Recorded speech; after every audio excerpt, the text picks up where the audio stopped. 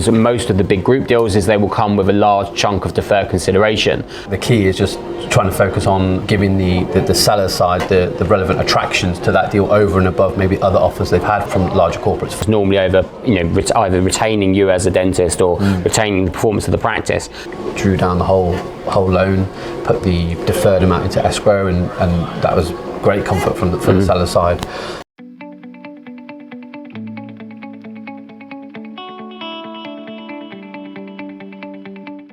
Hello and welcome to the edition of the watercooler, which is going to focus again on deferred consideration, but more so about how to approach it if you're a buyer and you're in a predicament where you really like some practices out there, but actually you're finding you're always being outbid by the terms offered by Visage and Portman and other well-known dental corporates out there, and how you can potentially compete.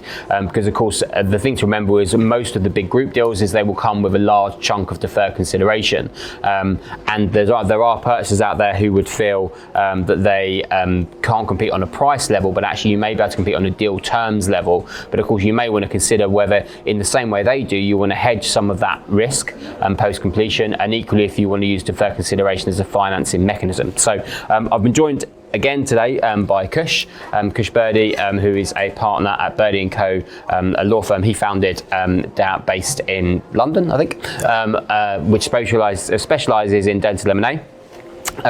So he's joined me to talk about, from a buy side angle, how you can approach deferred consideration. Now we've already kind of released another one of these podcasts which talk about what deferred consideration is, so we won't kind of necessarily cover that now, but I guess the point is that are you probably seeing more deferred consideration from buyers who want to compete but maybe aren't at kind of big corporate stage? Is that a trend? Or yeah, I think we are. It's always being attempted. Yeah, I guess you never really know how it's going to work, but given that the sort of the larger corporates are structuring on a deferred basis, it's not exactly unexpected, so it can be done. I think the key is just trying to focus on giving the seller side the relevant attractions to that deal over and above maybe other offers they've had from larger corporates, for example. And I guess one of those things would be, can you offer extra comfort over actual eventual payment of the deferred amount? Because I suppose from a financial backing perspective, your sellers are going to want to know that in 2, 3, 4, however many years time, that money is actually going to be paid over, provided that the performance is there, if it's linked to performance, which it probably will be. So I guess you just need to think a bit differently, think a bit more intelligently, and use the advisors around you to help you structure that in an attractive way. The likes of Dental Elite will definitely be able to assist with that when negotiating with sellers. For example, can you offer additional security over the price, or can you offer, for example, the more performance there is, does the deferred, if it's not a pound for pound amount deferred, can you do like £1.20 more? Yeah, like a stretch target kind of thing. Yeah, something like that. Yeah, because I guess there's two sides to this, isn't there, in terms of structuring it. Is the first of all, if you're borrowing money, which let's face it, most people are, is you've got to get it past the bank. Because I guess what a bank's got to feel comfortable with is if you're borrowing £1 million to buy the practice in the first place, and say you're amortising that loan over a 10-year term, if all of a sudden you're then creating, say, £100,000 liability at the end of year 1 or the end of year 2, that's going to put a big lump in your cash flow, and you've got to get a bank kind of comfortable with that. And do you find that acts as an obstacle, or do you find actually with the right advisors that's often something that can kind of be worked around?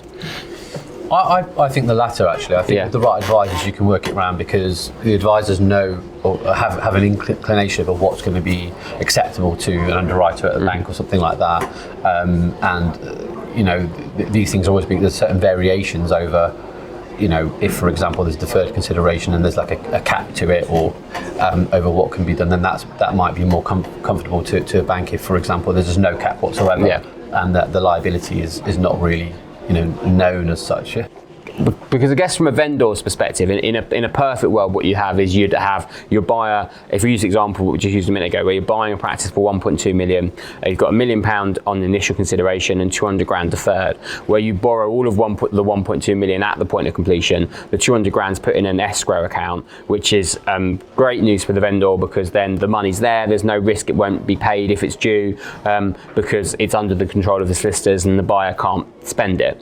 Obviously the challenge from a buyer's perspective alternative is what you've got then is you've then got to pay interest on that money from the moment you've drawn it down. So it's an imperfect situation, because the only person that's really benefiting is the bank in that situation. So in an ideal world, you would have it structured out of cash.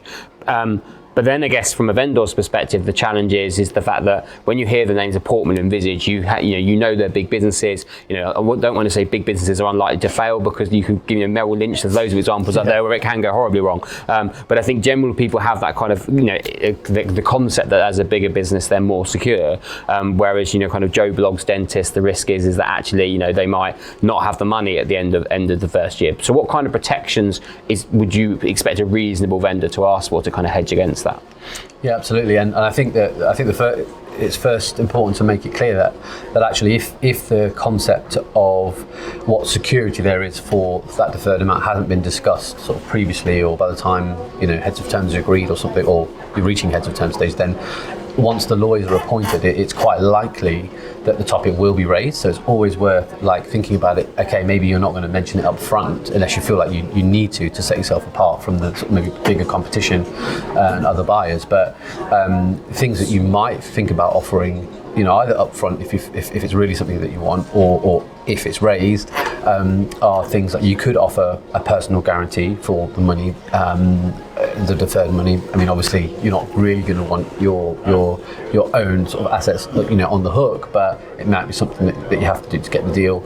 I guess probably you're not going to start there. You might start at maybe giving some security, like a charge or something over if you're buying the property, or even at least in some occasions you might have to offer some kind of charge or security over assets of the practice. I mean, if you've got them lending, you're going to have to get the bank around that as well.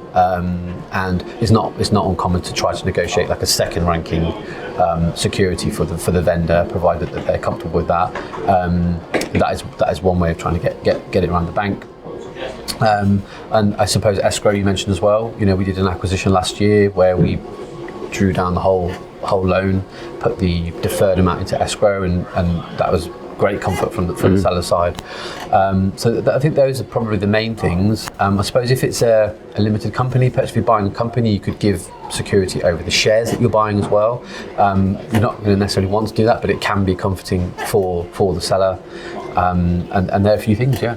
Yeah, and I guess if you're a vendor working, because most of the time, if you're going to have deferred consideration, it's normally over, either retaining you as a dentist or retaining the performance of the practice. I guess from that perspective, is you could attempt to negotiate the deferred rather than being paid as one lump sum at the end of year one. So you've kind of almost got this, this big date over the horizon, is whether it's paid monthly or something like that. So it's coming out of cash flows. So I suppose the beauty of working with an independent purchaser is there's the ability to have more flexibility, and they can be more flex over the term. So rather than this kind of rigid 70-30 or 80-20, is actually there are ways and you can negotiate a deal to kind of work for both sides. And as I said, there's probably various different protections you can put in place. Yeah, absolutely. And I think that you probably also want to try to make sure that, as even if you are staying on, or even if you're not, I mean, probably are going to be, but you're going to want some kind of financial information.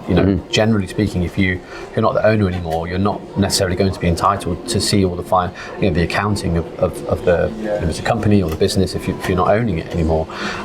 So you probably want some kind of contractual protection in the documents to say that you are entitled to a certain level of financial information. Even just oversight can help so much.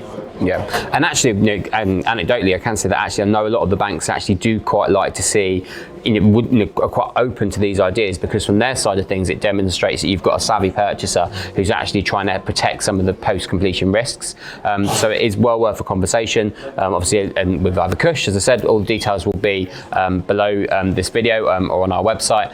Or more specifically, if you are looking at deferred consideration and you want to talk to our finance team, they may be able to give some examples as to how you can work that in the deal.